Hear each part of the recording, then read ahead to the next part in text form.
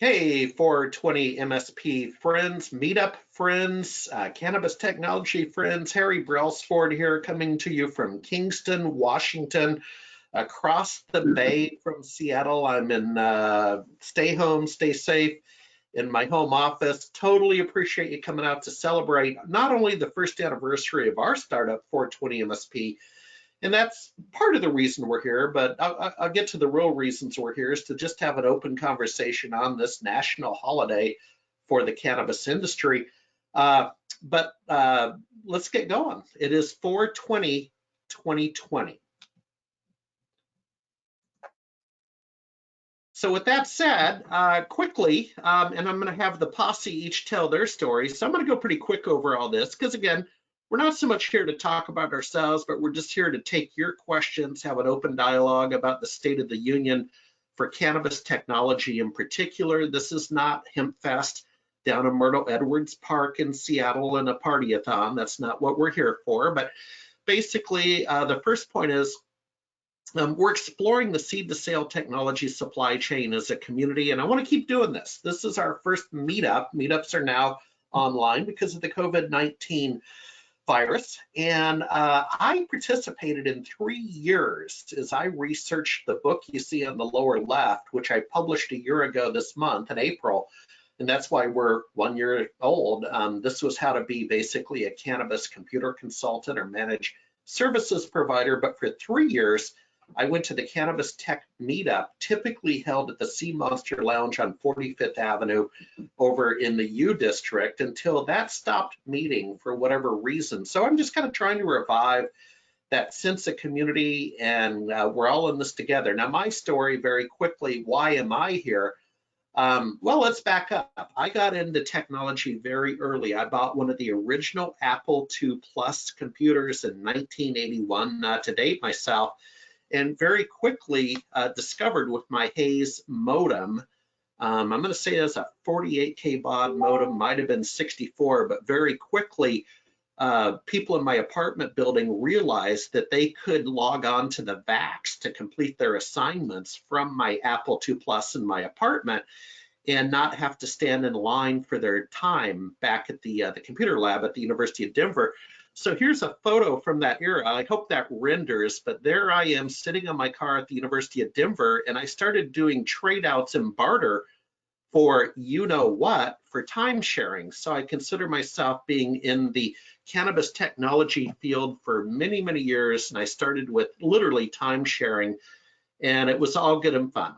Now, on the medical side, and the reason I'm dressed like a doctor, and this is where we start to get a little bit more serious, is that sadly we had a close family member who became deceased mid-2019 at Virginia Mason Hospital up on, I think that's Marion Street, just up from downtown.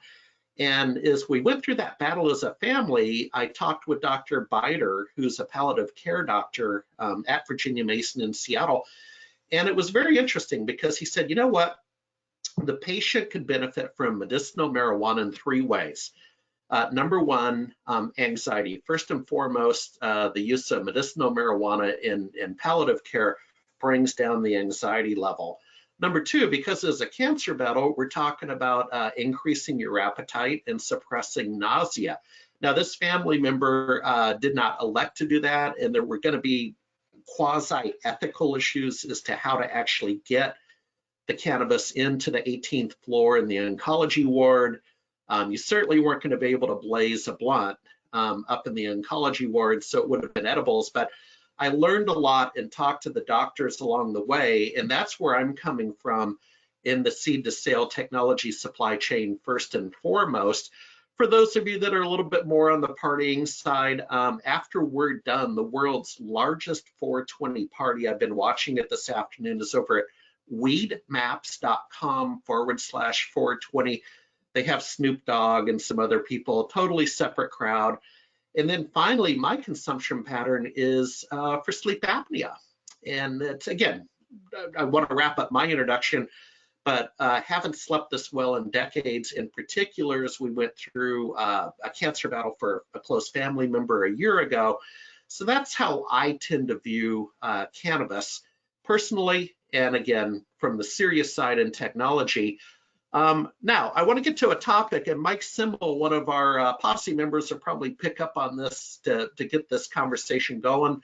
This is a free-form conversation, no sales. We want your questions. Jennifer Hallmark over in the radio control room will read your questions. Jenny, maybe even if they have a microphone, we can bring them on live. This is being recorded. But in preparing for today, I went to mini storage over the weekend, and I hope you can see this, but this is a newspaper from January 2nd, 2009, when the markets had extreme volatility as measured by the VIX index, up a couple hundred, down a couple hundred. Now it's up a couple thousand, down a couple thousand. But the headline is talking about counter-cyclical aspects of an economy in a recession. And it says, booze, gambling, and sex while we're still buying. And it talks about recession-proof industries. Now, this is '09. The state of Washington did not become legal until 2012 with Colorado, so they would not have had a conversation of cannabis being in that category.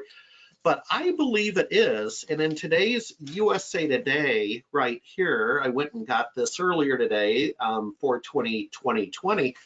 In USA Today, and here's the printout of it online, the conversation is about marijuana. Pot stores are essential businesses. This is a key part of the conversation today, getting the essential tag. Will legal weed go mainstream? And we're going to talk a little bit as we go about the State of the Union in terms of cannabis consumption with the existing recession caused by the COVID-19 virus, and some other economic factors like oversupply and overcapitalization. So with that said, thank you for joining us again. If you came in late, my name is Harry Brailsford, 420 MSP. Appreciate you letting me introduce myself and our reason for being.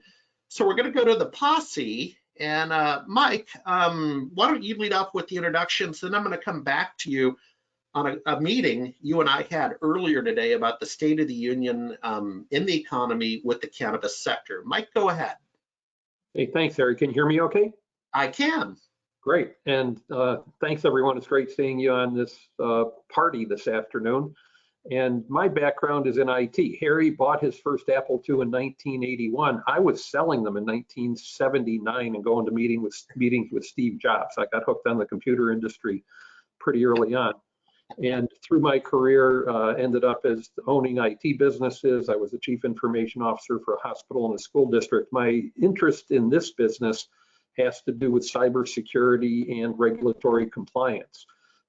In the cannabis business, there's kind of a conundrum because it's not legal federally, so there's certain things that can't be done with handling money and other things, including the Food and Drug Administration, which is a federal agency.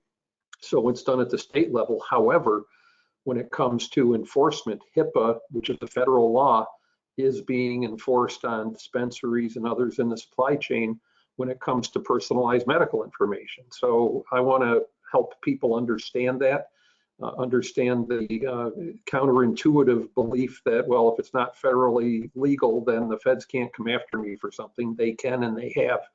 And this is what I'm working with Harry and the rest of the posse on. Yeah, and Mike, we'll, again, my hope and desire is we'll periodically meet at meetup.com online, and we'll make one of the months, we'll double click into your topic and some other topics. So Jim Roddy, Jim, not only introduce yourself, but understanding that today's audience is what I would call a customer-facing audience, a business-facing audience, and in particular, the audience you serve at your trade association. This is a big day. I mean, you are the end of the supply chain, my friend. Please introduce yourself and catch what I'm throwing. Sure. Thank you, Harry. Jim Roddy. I'm the Vice President of Sales and Marketing and also a business coach with the Retail Solutions Providers Association, the RSPA. And so we are the largest channel-focused retail IT organization representing North America. And we have about 700 members.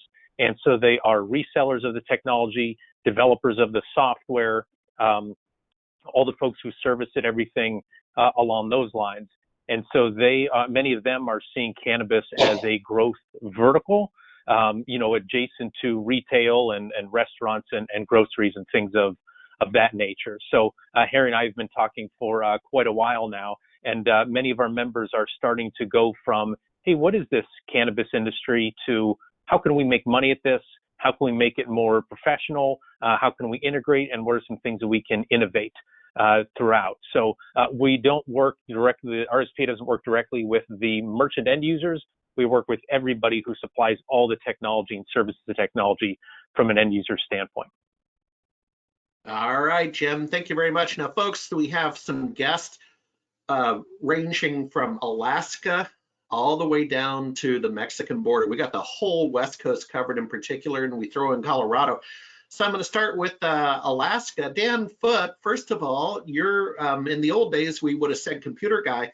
You're what they call a managed services provider, and you have expertise and a niche in the cannabis industry in Alaska. Dan, introduce yourself and tell us, what is a managed services provider for this business and customer-facing audience? Well, thank you, Harry. Hello, everybody. I run Dantech Services here in Anchorage, and by the virtue of geography in Alaska, that means we cover the largest state in the country, which is considerable.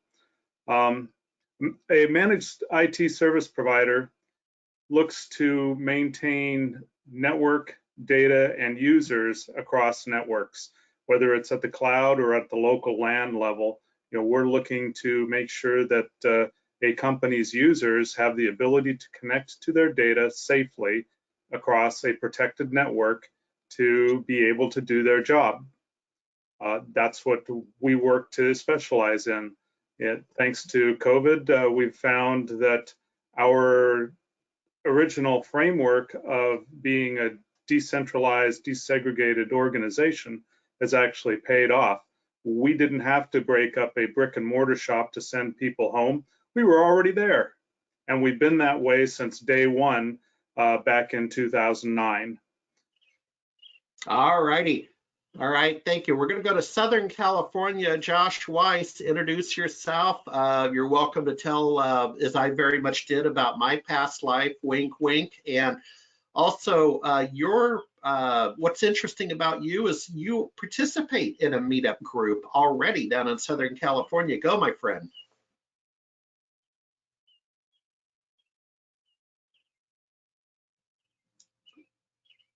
See if we can bring Josh up.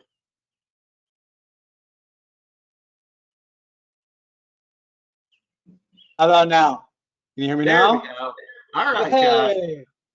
Josh Weiss, LA Creative Technologies down here in Los Angeles. We probably have more, how many more people than Alaska total? Yeah, down here in quarantine in LA, we work with creative and passion-driven businesses. My first business was in the cannabis industry 25 years ago. Make of that what you will.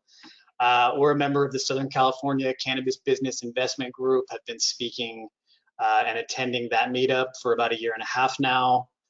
We just published an article on the Nuggle Marijuana magazine last week about cybersecurity.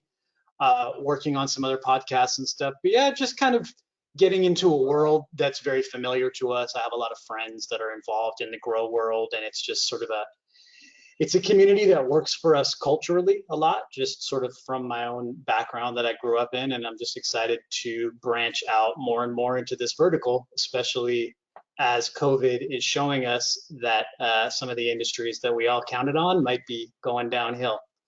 And so kind of excited that this is something that's essential.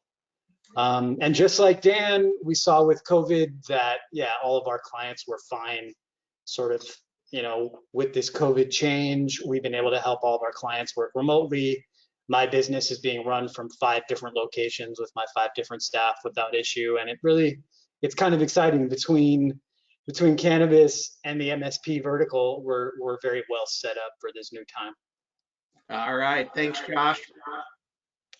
So we're going to go out to Colorado, and Blake, good afternoon, sir. Go ahead and introduce yourself and maybe 1 or 2 unique features about your cannabis technology practice. Hey, Harry, nice to see you guys. Yeah, so we've been a traditional MSP doing a lot of K-12, a lot of healthcare, and other things since 2001, and so very traditional, very conservative kind of MSP, and we started getting calls about 5 years ago that people needed help in Colorado when Washington and Colorado became legal, and we looked at it and thought about it, didn't do anything for a little bit, but then we decided to jump into it. That since it was legal, since it was, and especially because it has medical benefits. I mean, cannabis is, like you said, it absolutely has benefits outside just the party crowd. And so we dove in and we didn't want to risk, payroll and stuff because there was still the stories of the ancillary businesses, the guy making bong bags whose banking account gets shut down because he's servicing the industry. We stood up a completely separate company. So Colorado Computer Support is the MSP going back to 2001. We stood up Highview Technology Solutions to service the cannabis industry. And so did a lot of branding on it, set up a separate bank account with a local bank so that if, somebody paid me in stinky cash that, Wells Fargo wouldn't shut me down and mess with my payroll. What we found starting out is that it was like every mom and pop organization that starts out, whether it's a CPA or a doctor's office or a lawyer's office, that they were not ready to invest in the right kind of IT and infrastructure technology.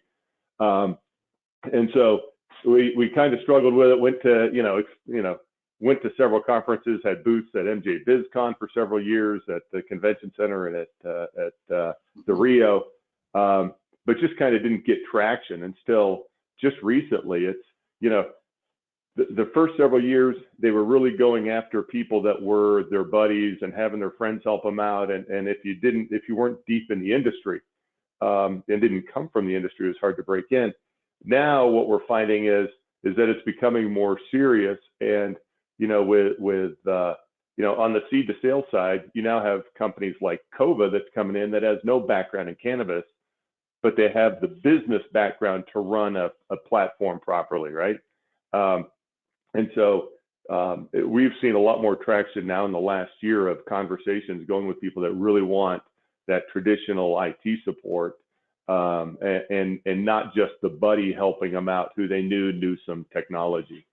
And so, and there's a lot of bad IT guys. I mean, Josh is running a good MSP out in California, but there's a lot of 1-2 man shops that are just the IT guy. And we're finding a lot of issues, a lot of bad support, a lot of bad backups, a lot of bad security practices, and just stuff cobbled together. And so now, especially now that they're finding out that they're an essential business, and when they have downtime right now, the pain is tremendous right now for the companies that we're talking to, because they've got lines going out the door. Yeah, they do. I went to the dispensary in Kingston, the Kingston, Washington area today, 6 feet apart. Obviously, it's April 20th. Lines out the door, to say the least. Thank you, Blake. So, folks, if you came in a little bit late, this is a technology meetup focused on seed to sale, the cannabis supply chain.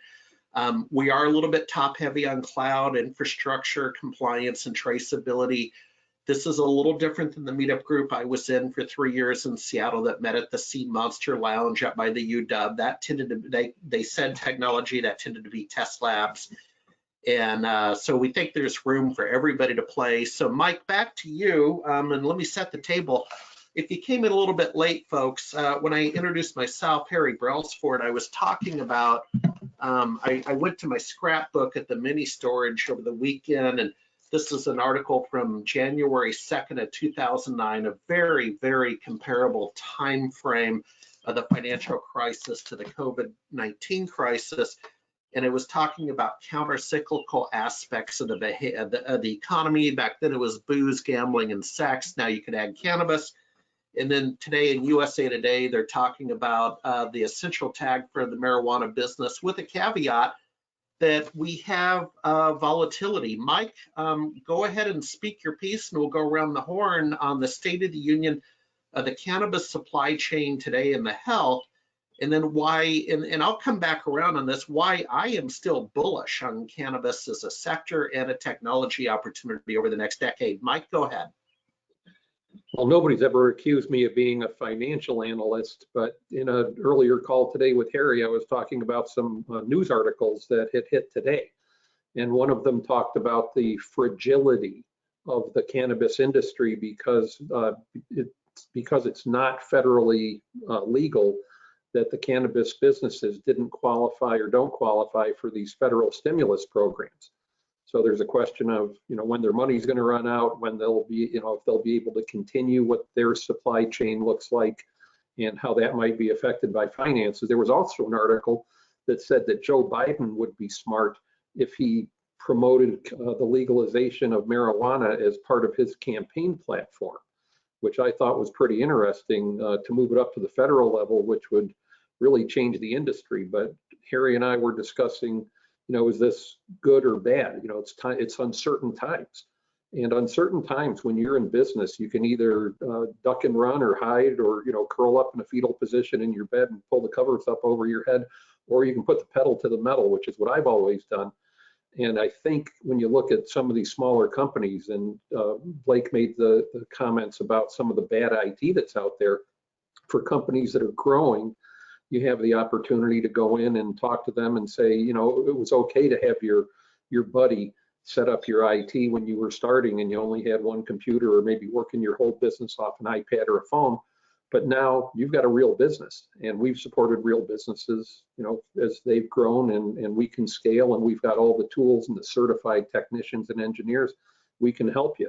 The flip side of that is, for an organization that is having financial difficulty, it's an opportunity to go into them and say, hey, it's pretty expensive to own and manage IT if you're only able to spread the costs across your one company. Our company has all the tools and all those certified techs and engineers, and we can do it for a fraction of the price. So that's kind of it in a nutshell.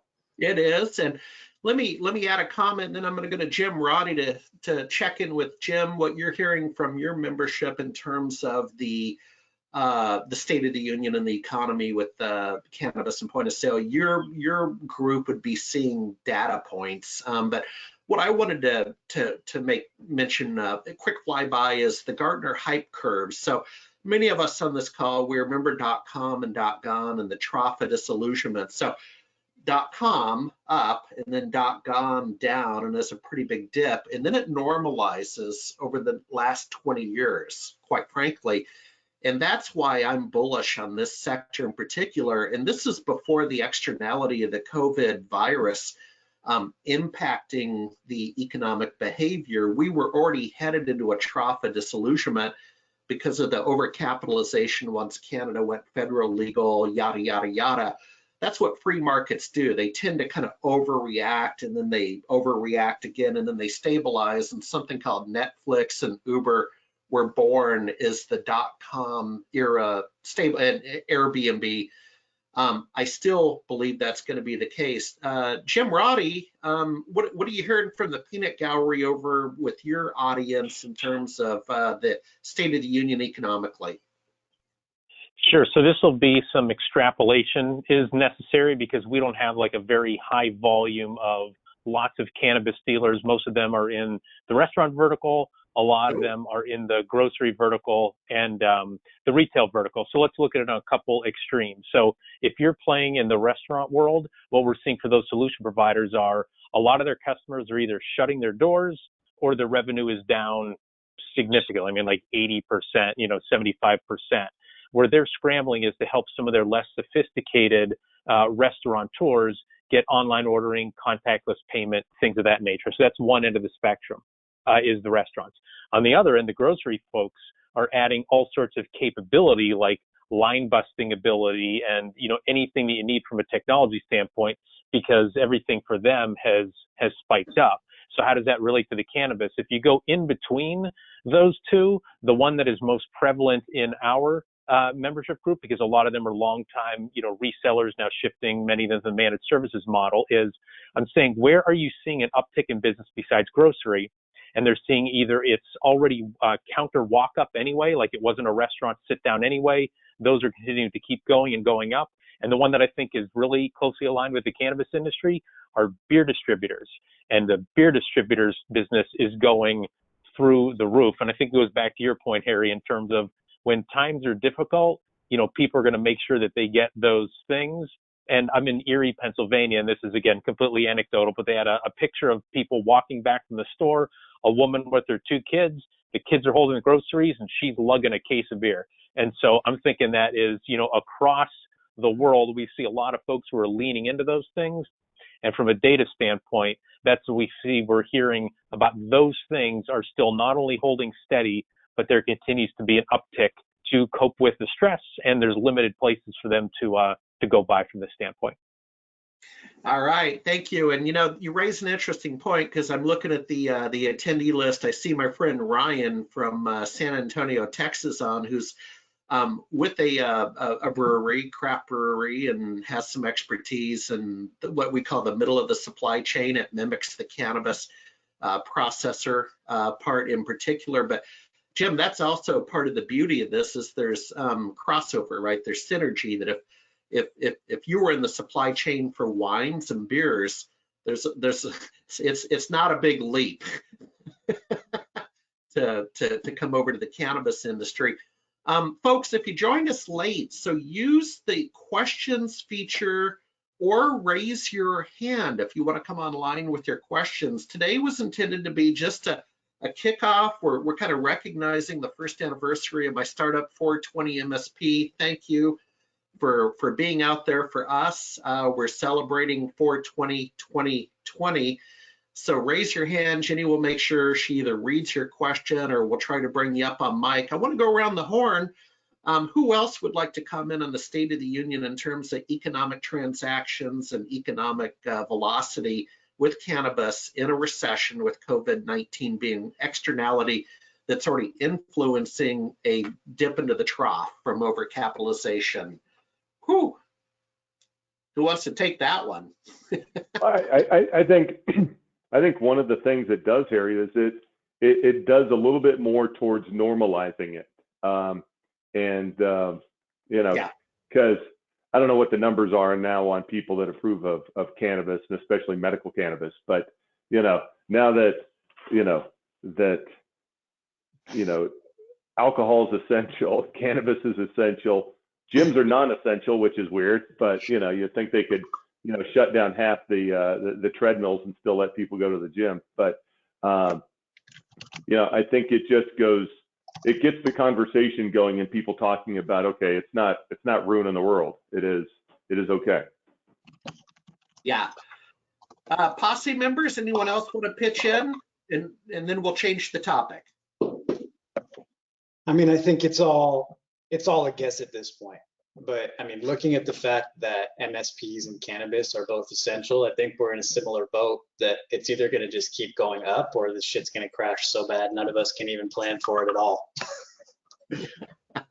But we can't all plan for scenario C, because scenario C is outside of the ability to plan. But yeah, it seems like a lot of money is going into the industry right now. So. Yeah, it is. And that's good and bad, by the way. The overcapitalization was already a problem in 2019 if you've tracked the industry. I always like to say too many dollars chasing too few legitimate opportunities, and you got really frothy valuations with cannabis technology companies, and that usually doesn't end well at the early stages. Hey, Jenny, I think there might be a comment over in the question feature. I can't quite see it because I'm on screen. Could you read that to us? Sure. I think the addition of cannabis as an essential service is a great leap forward in legitimizing the industry. Yeah, exactly. So other comments from the posse. While you're thinking of your comments, folks, the one and only pitch I'll make, I promise sales, this is not sales. I just want to highlight at the bottom of the screen, the posse and myself and a few others, we're having a 4-day 3 hours a day online conference. It was actually going to be a 2-day conference in Denver, Colorado, June 1st and 2nd at the Opera House. That obviously changed. Now it's a 4-day, 3 hours a day, starting at 4:20 p.m.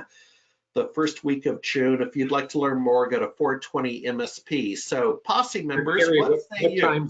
Harry, what time zone's that 4:20 p.m.? Yeah, that's Pacific, 4:20 p.m. Pacific. So everybody can get a full day in, even on the West Coast, and then join us. Thank you very much. I think, Harry, I think one of the things is we just, as MSPs, we need to make sure that we vet the clients that we're bringing on. So there's still a bunch of lifestyle shops here in Colorado, and I'm sure in California in Oregon, where they're just not that closely regulated. So if you don't have not regulated, but anybody can open up a dispensary almost, right? And so you end up with dispensaries that are not going to survive, or just going to eke along and make enough money to have a lifestyle. And so when you couple that with, what's happened in the cost of cannabis, or the production of cannabis in Oregon. I mean, we had a client that went out of business in Oregon because there was just too much weed on the market. That happens in established industries already. I mean, look at oil today. I had no idea that oil could sell for negative $37 a barrel. Crazy. How does that happen? And just overnight. And so that kind of stuff kills and destroys small lifestyle businesses. But when you get the bigger organizations that have deep roots and they have money in the bank, they can survive those downturns. Yeah, and actually, go ahead. Go ahead. I mean, one question that I would have, and I don't know if anyone on this call has any insight into this, but I've been quarantined down in Orange County for about a month, and I have an immunocompromised girlfriend, so I have gone nowhere at all. But I know that I kind of enjoyed going to these dispensaries before that weren't actually properly regulated. I mean, in Los Angeles, there's so many dispensaries, and they'll shut them down and they'll open again the next day. And what I wonder is, like, similar to how, like, if you look on Uber Eats or Postmates, more and more I'm seeing restaurants closing by the dozen. Like, when I was looking for delivery this week, it was terrifying how many places had closed. And I'm wondering, are we going to see the same thing where, like, only MedMen is going to be left, and more, just like Blake was just saying, we're going to see the people with a lot of capital, and are the smaller unregulated businesses even going to make it into delivery, or are they just going to close? And so I think that kind of in everybody's industry right now, it's the same in entertainment. I have a couple clients that are involved in the entertainment industry, and the people who are going to make it through this are the people who have cash reserves, but also the people with a lot of gumption, right? And so I really wonder what this industry is going to look like at the end of a prolonged shutdown, and how many of the mom and pops are going to be left, and sort of, especially in Los Angeles, given the culture that we have with just this cat and mouse with the police. I don't know if other states are seeing that same cat and mouse, but I really wonder if when I go back to my neighborhood in 6 months, whether I'm going to see the same things or they're all going to be gone. Yeah, I would offer, Josh, that there is going to be consolidation. We've seen it in the core IT infrastructure business, of course, over the last 20 some odd years. And that's what markets do. That also presents, in my opinion, the opportunity for people who, and again, our audience is not just MSPs, but we have an audience today of people who want to be in the cannabis supply chain, already in the cannabis supply chain. Maybe they're an ISV with a API or a point of sale system. But Josh said, absolutely, over the next decade, you're going to see maturity and consolidation. And so that's why, if you're going to make your money in technology, and Mike and I had a spirited conversation about this, professional, of course, Mike, but I think now is the time to really get your head into this sector and learn. As we come out the other side, you're going to be very well positioned to capitalize on the sector, whether it be low valuations and you want to be an investor, or you want to do a land grab, or you want to build up your reputation, Josh, and you'll be the man down in LA. Does that make sense? Yep. One of the things that Harry and I did today was we looked at the map of the United States that had highlighted the states where medical marijuana is legal, recreational is legal, and where it's completely illegal. There's not a state that has where it's illegal that doesn't have a bordering state where it's legal. And the point there is that even if the state that you're working in from a technology standpoint, where your business is based, doesn't allow the use and the sale of cannabis, if you're near a border, obviously, if you're smack dab in the middle of Kansas, you got a problem. But if you're close to one of the borders with a state where it's legal, that's another opportunity for you. I grew up in upstate New York, not too far from where Jim is. I was further east in the Elmira area, but we were on the Pennsylvania border, and we did a lot of business there. So everybody's got the opportunity. And then, if this political article about Joe Biden running on the marijuana federal legalization platform takes a hold, and maybe there's a Democratic Congress that would push it through, who knows? I mean, this thing could flip overnight, and that would change everything. But even if it's on a state by state basis, you've got people from Colorado here where you're mature from an industry standpoint. And then you've got Illinois that is just about to, explode with the wild west of these licenses being awarded. So yeah, it's great.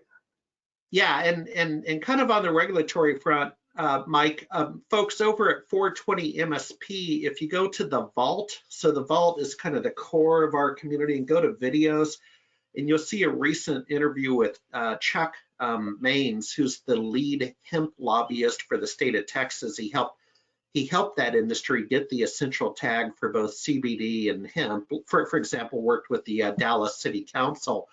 And in that interview, you'll see that he believes we're going to accelerate federal legalization because of the legitimacy of the essential services tag.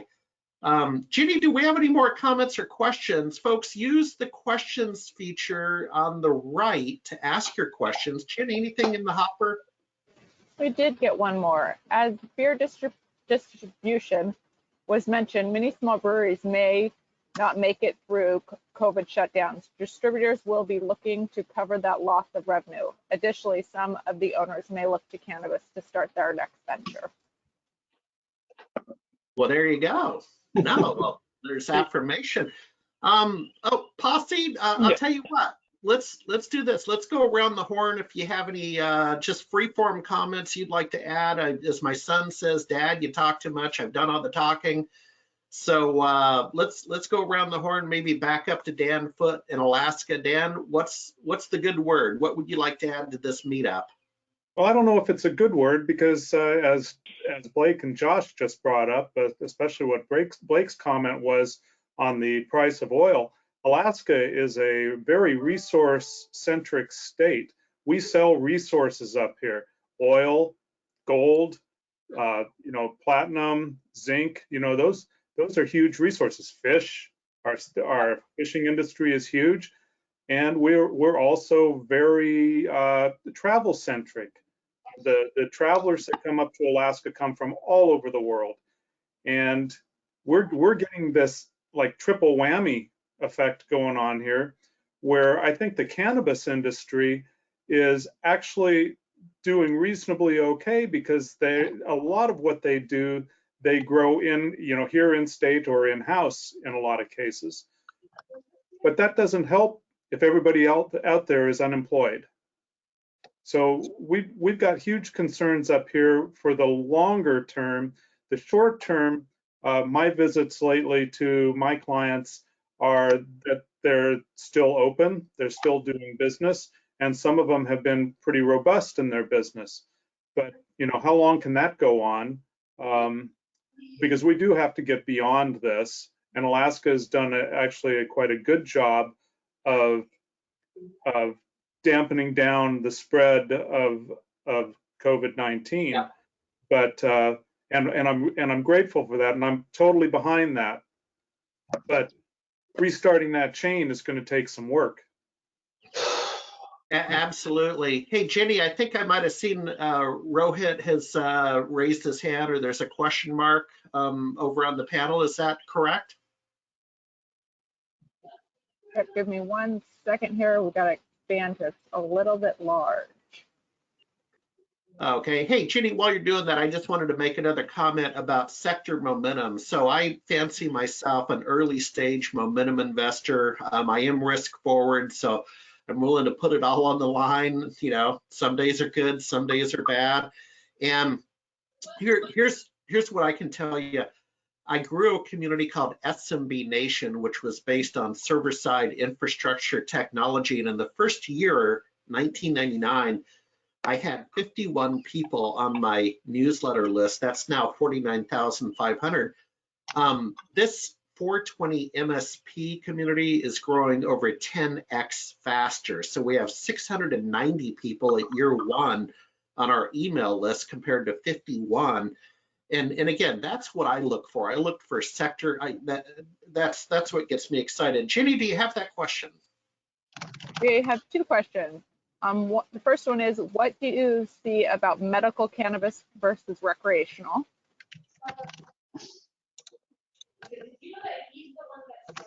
Okay, yeah, and okay, well, let's send that out to Blake in Colorado Springs, because Blake, I think you, and forgive me, Posse, if someone else has expertise, but Blake, when I visited you, you in particular tapped into the medical cannabis community, maybe more than the adult use in Colorado Springs. Yeah, I mean, so Colorado Springs is only medical. Right next door to us is Manitou Springs. It has 2 stores. And then other than that, you have to go to Pueblo or Denver to go shopping. And it also gives us a little more legitimacy. I mean, we're supporting the medical cannabis industry. Does that roll over into recreational cannabis? Of course, right? So we have recreational cannabis stores, but really, what we focus on is the medical cannabis. Makes it, people understand that, people are more accepting of that. And, our medical cannabis shops here in the Springs are mostly owned by larger organizations that have both medical and rec under their portfolio. We do have some medical cannabis shops that are little mom and pop shops though, and we don't go near them just because the risk is too much. They don't want to invest wisely in what they do. They just want one shop. If I can answer that from the Los Angeles perspective, pretty much the only medical stores in Los Angeles also have recreational. Like, you don't really see a differentiation. What you'll see in Los Angeles is something like, if you have a medical card, you'll pay less tax or you'll get a discount. Or there's certain dispensaries which are more professional, and those will be ones which can actually give you proper medical advice. But there isn't so much of a distinction. Like, you don't have like a medical only place in Los Angeles. So that's what you're seeing in LA. Is it's more about how the store wants to position itself, how it wants to legitimize itself, and sort of what, whereas a lot of places are purely recreational and they can't tell you anything. But like, I was researching marijuana for chemotherapy, and I found a specific dispensary which offers recreational marijuana, but actually has people who can speak to the specific effects of what they're selling. Yeah, and hey, Jenny, can you bring Dennis James online? Dennis, I see you have a question mark, but more importantly, you have expertise in the conversation about medicinal cannabis because you're the founder and run Medicanacare in North Seattle. This is primarily a Seattle audience. So there's no one better to talk about the difference between recreational and medical. That was the question on the table. Dennis, if you're able to come online with the mic, Jenny's going to elevate you. And I see you may also have a question. And folks, if you have your mic on, if you could mute out if you're not speaking, thank you. While we're waiting for him, Harry, one other thing is it's not that different than alcohol. Every state is different. In Colorado, we can't buy liquor in our grocery stores or our Targets, right? You go to other states, you can. You go to Utah, you can't buy beer that's over 5%, all that stuff. And you go to Florida, and they actually treat cannabis, at least a couple years ago, just like any other medicine. So you go and you get a prescription for 20 milligrams a day, and that's all they can give you. So I think everybody needs to research what their state laws are also to really understand. Yeah, I would agree. And I'd see Andy Higgins from Dripping Springs, Texas, Ryan from San Antonio, and boy, howdy, you talk about different liquor laws. They have blue laws in Texas, so you better buy your beverages on Saturday if you're going to consume on Sunday. Jenny, can you come online, or are we able to bring Dennis on to talk about medical? He needs to unmute himself. Okay, we'll see if we can And then bring I've got Dennis. another question as well. Yeah, go ahead, Jenny. Dennis, are you there? Yeah, can you hear me? We can hear you now.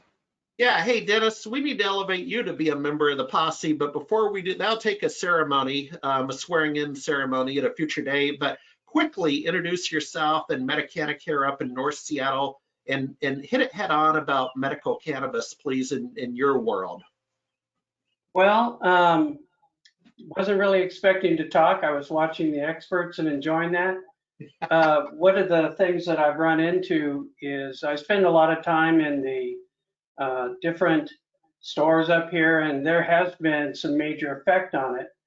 But, you know, basically they're making do with actually delivering, and most of them are open. Everybody still seems to be working, which is really good. Especially the medical stores. The medical stores are just hammering up here because they've established some really good people that they need to work with, like seniors and things like that. So I don't know. I'm kind of seeing that, you know, it's kind of under the radar, but it's working pretty good. Yeah, and your business model historically was to target seniors for medicinal use of marijuana in assisted living centers and nursing homes. I'm sure that business model's been paused, but appreciate the good work you do, Dennis. Thank you very much.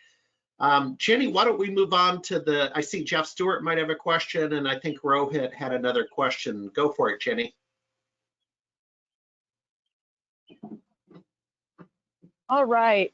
Hey, Harry, fellow Kid Sapper here, Bainbridge Island. As of today is my 1-month anniversary of being out of work. I was formerly working at AWS and have a history of over 20 years in IT, Linux, system engineer, and software development. Are there any technology employment opportunities at 420 MSP or other startups you might be able to connect me with?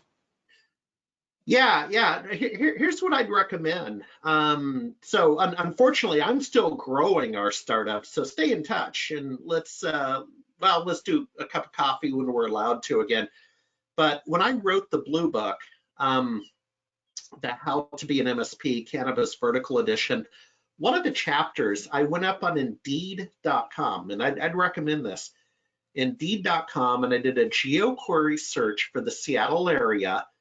And I was stunned. Now, this was a year ago, so take it all under advisement, but I was stunned by the opportunities in the cannabis sector, of which many were related to technology, because what you're seeing here is Microsoft in particular is my crowd, my generation. We call it corporate 150 and fired. So Microsoft has taken on some of that behavior. People are getting packaged out when they get into their 50s, and they have gone ahead and started cannabis technology companies in the Seattle area. Certainly could name a few, but I'll defer on that. And some of those were online, and I'll tell you, a couple of the big ones is Leafly. There's a couple of others. So literally, Indeed.com is the best advice I have today. Thank you, Jenny. Is any other questions to tackle with the posse? Yeah. What technology compliance are you seeing in addition to HIPAA, NIST, PCI for 420 companies? Yeah, Mike. Go, Mike. Well, the obvious one are state data breach laws, because all 50 states protect social security numbers, driver's license numbers. About 20 states protect health information beyond HIPAA. HIPAA doesn't protect all medical information anywhere. That surprises people.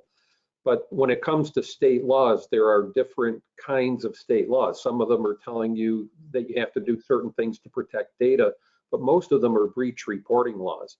So you want to avoid that data breach. Data breaches bring lawsuits in addition to regulatory penalties.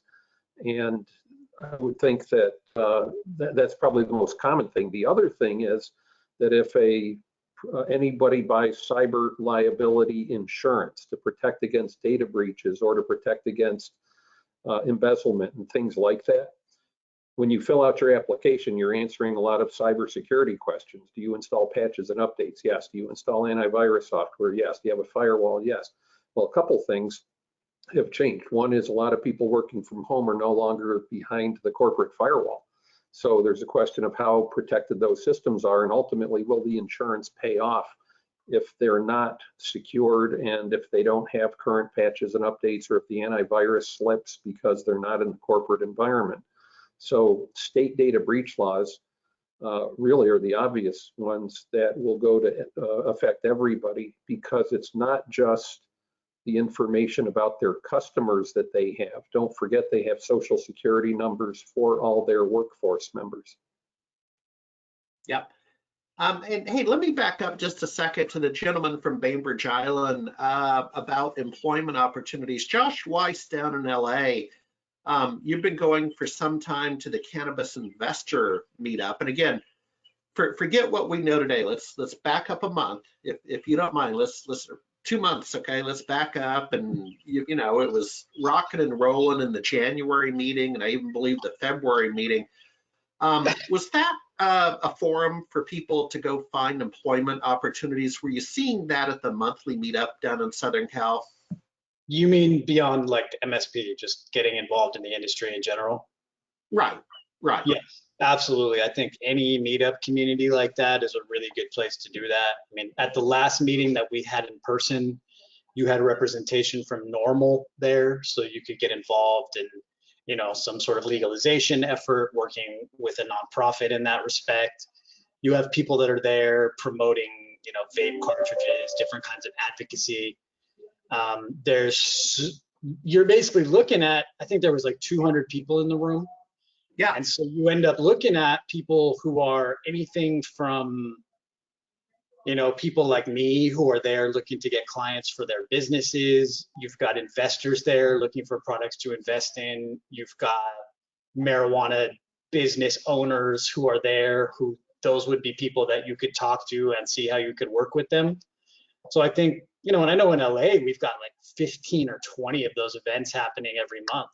I know. And so whatever community, whatever, you know, sort of district that you're in, or really now that everything's going to be online for a while, I think it's just about getting yourself into these communities and meeting people, right? Yeah. I mean, we've been able to meet a lot of people in the Los Angeles space merely just by going to those meetups. And I mean, I think it would be easier to find employment in the industry than to try to convince, you know, business owners in the weed space that they need help, and, you know, when they're below a certain level of maturity, because there's just, you know, plenty of opportunities to work. Well, and I'll add to that, and then Jenny, let's see if we have some more comments, folks. I'd like to maybe bring this in for landing about 5 minutes at 5:20 p.m. But Josh, what I would add with Meetup.com now only sanctioning online events. For the gentleman on Bainbridge Island, number one, you can expand your geo query, right? So you can search meetup.com for Southern California and attend these virtual meetups. Number two, with the wave of remote workers, why not work from Bainbridge Island, Washington, in your home office in some technical capacity, serving a firm in Southern California? Jenny, with that said, I'd like to bring it in for a landing in about 5 minutes. Other questions, please? We don't have any at this time. All right, so folks, last call for questions. Let's go around the horn with final thoughts. Again, this is 4/20/2020, and it's also the first anniversary of 420 MSP. Thank you for coming to our birthday party. We're going to keep doing this. So Jim Roddy, let's go around the horn. Final thoughts on the State of the Union.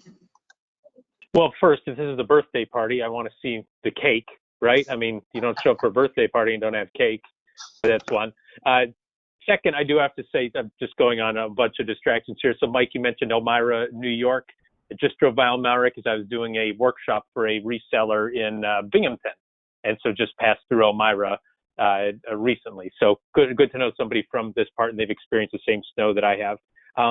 The thing that I'll say is that we're learning from our reseller, VAR, ISV, MSP partners is this is a time to get creative, right? You know, a lot of times people are just battening down the hatches and playing defense. This is a time to say, how can I pivot my company to provide what folks need? Like it was brought up earlier, if maybe the cannabis isn't in your state, is there a way that you can expand your geography? That might be a way of pivot.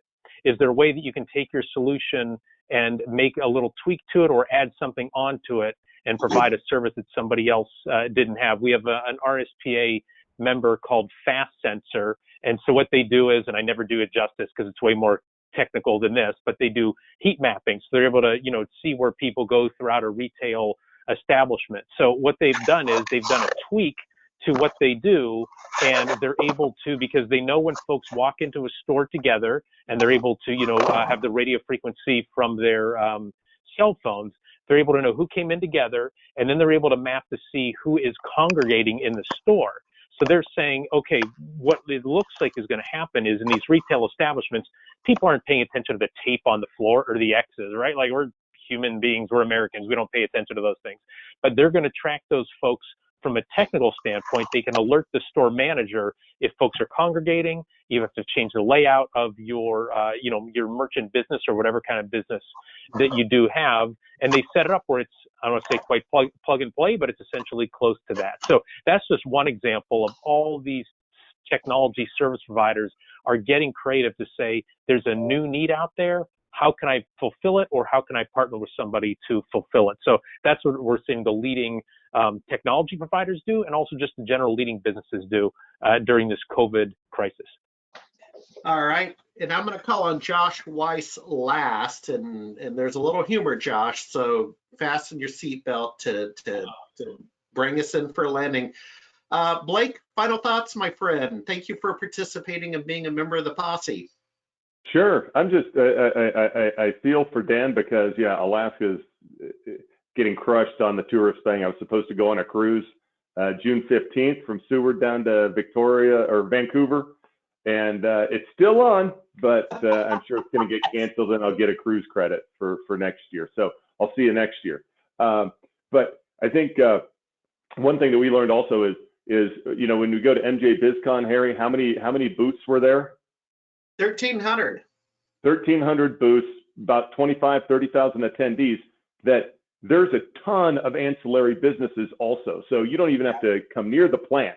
If you want to support cannabis and you don't want to go anywhere near the plant, there's bong bag manufacturers. There's you know, there's all sorts of industries. Architects.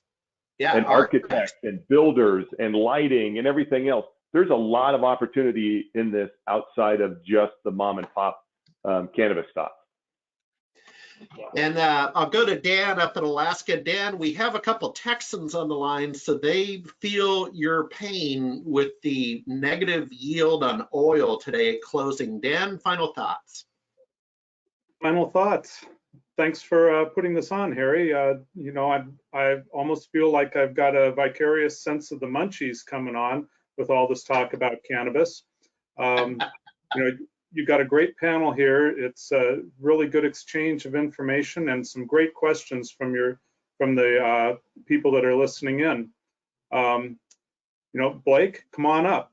It's a great state to visit. It's even a better state to live in, and you know, check in with me when you do.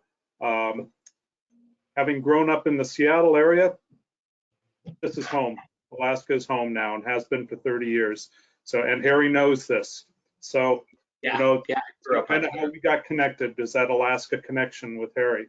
So my best to everybody, please do stay safe and grow your business. And Mike, let me direct your final comments this way, if you don't mind.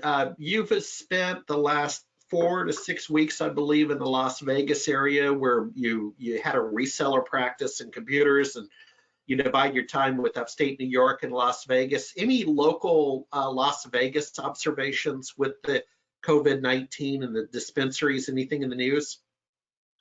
Well, pretty much they've all gone to delivery, and this town is locked down, and it's pretty scary because it's been so dependent on the casino industry, and there's a huge ripple effect. Just the amount of workers that are out on the street and people in food lines and things.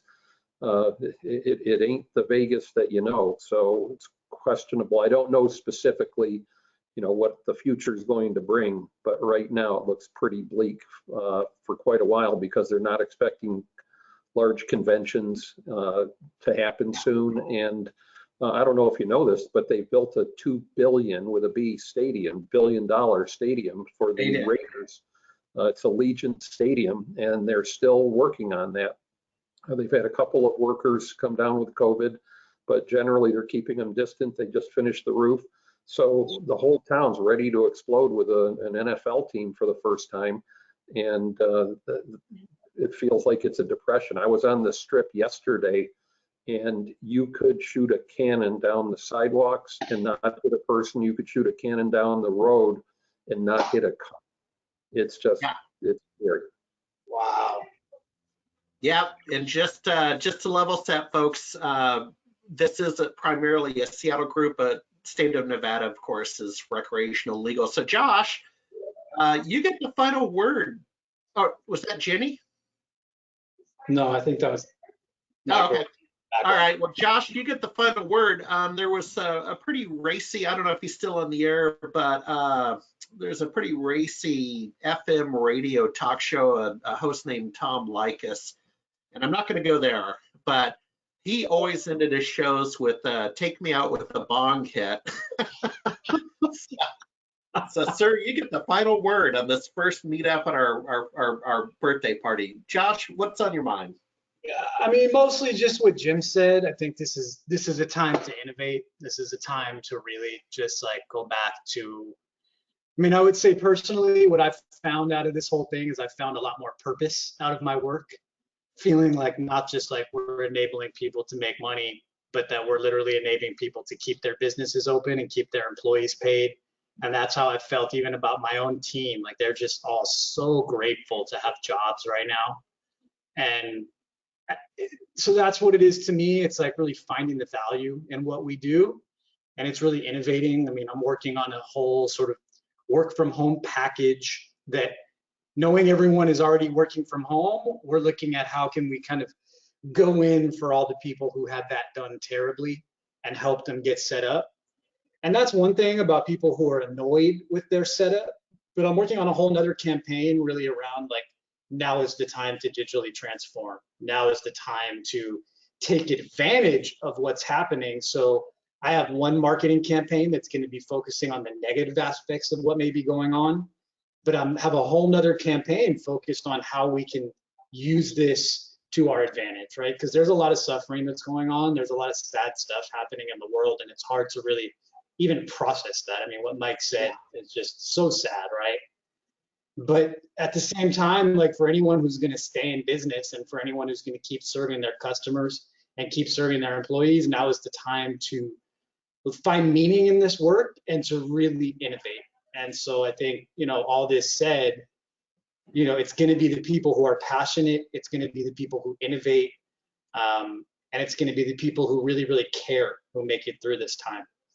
And so that's where I see this. And, the biggest thing for me has just been this increased feeling of value in my work. And I think that all of us can do that. And, go tell your employees, remind them what an important thing that they're doing, right? Because without us right now, without IT, all of our clients would crumble. And I think we've always known that, but I don't know if our clients knew that, 6 weeks ago.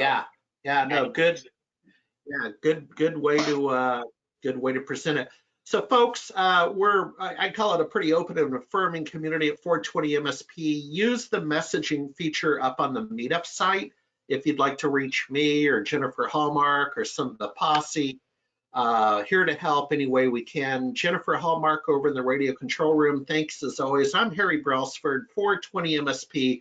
Thank you, thank you, thank you for not only our first meetup, but also our birthday party for 420 MSP. Have a great, and I mentioned earlier, if you want to continue having fun, go to weedmaps.com, weedmaps.com/420, where with Snoop Dogg and some others, they have the world's largest 420 party rocking right now, if you want to continue to have fun. So have a great day, everybody. Thank you very much.